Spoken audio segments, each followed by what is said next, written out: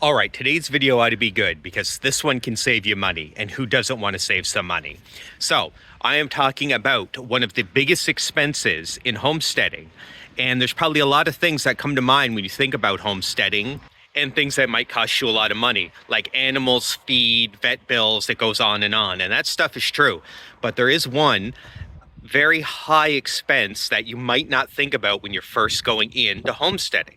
So let's get right into what that is. Fencing. So, fencing is an ongoing expense, but it's also a huge upfront expense, especially if you have a lot of acreage. We have 10 acres.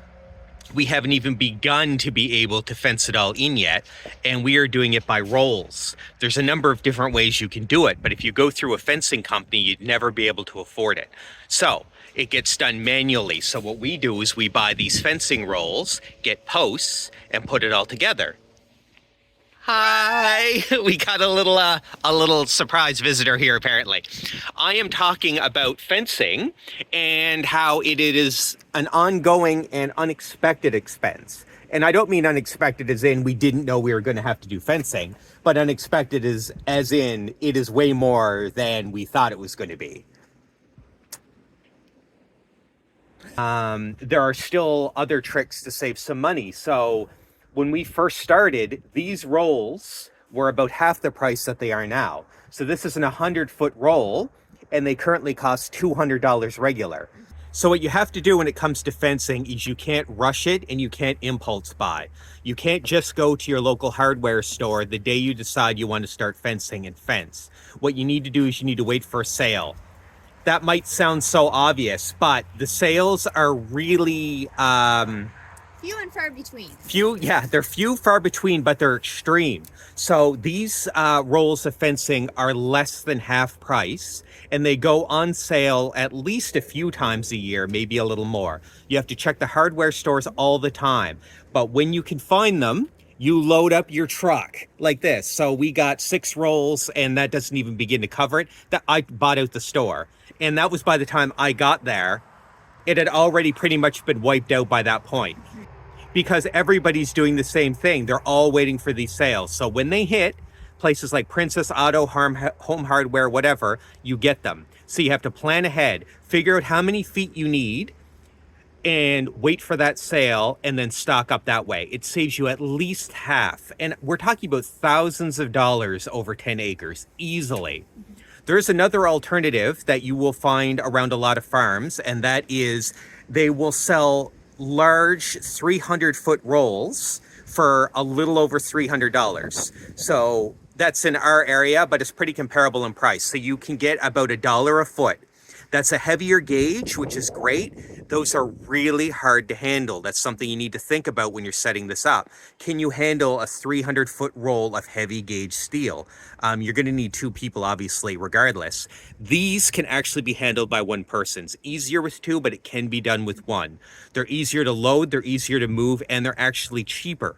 Now, they are a lower gauge, so they're a little thinner, but it serves the purpose. It holds in goats and sheep, pigs, dogs, horses, and emu. So I don't know what animal you need to keep in, but this will do it. And if it can't, you're probably going to need electric anyway. It's not the gauge that let you down. So long story short, you need to wait for those sales at the hardware stores to get it and stock up. Check non-expected places. Yeah. I'm not sure what that sounded like. Whenever we started, I looked around at all the fences. Everyone, typically, with livestock and farming and blah, blah, blah, blah, blah, feed store. But that's one of the more expensive places I found. So we used to actually buy it from Home Depot when it was a really good price. 50 feet, the same as this, used to be $62 a roll.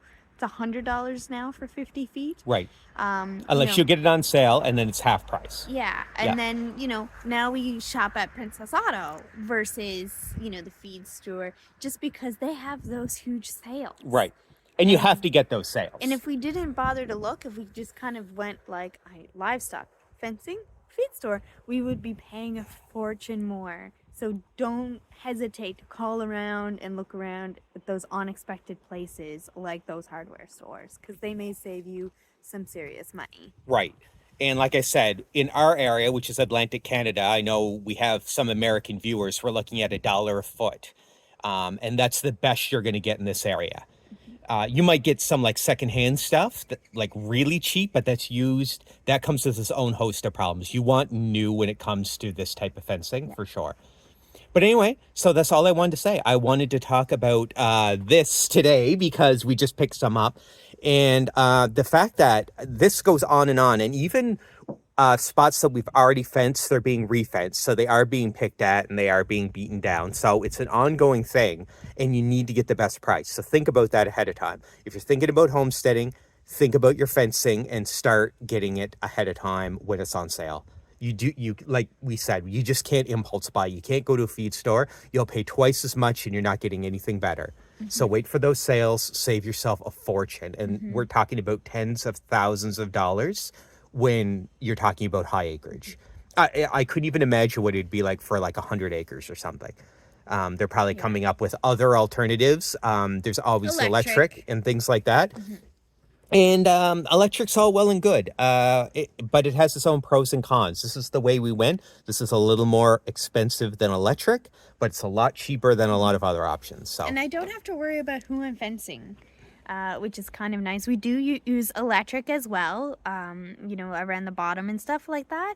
But the beauty of this is I don't have to think about where I'm putting anyone if I get anyone. So this keeps in anything from like the bunny to all the way up to the emus, which are the biggest livestock we have right now. So there's no hesitation and no special fencing for that special one because the current stuff doesn't work or the other ones will get out. Like none of that. It's just it does everything. So and it's nice for that physical barrier where we're so close to neighbors.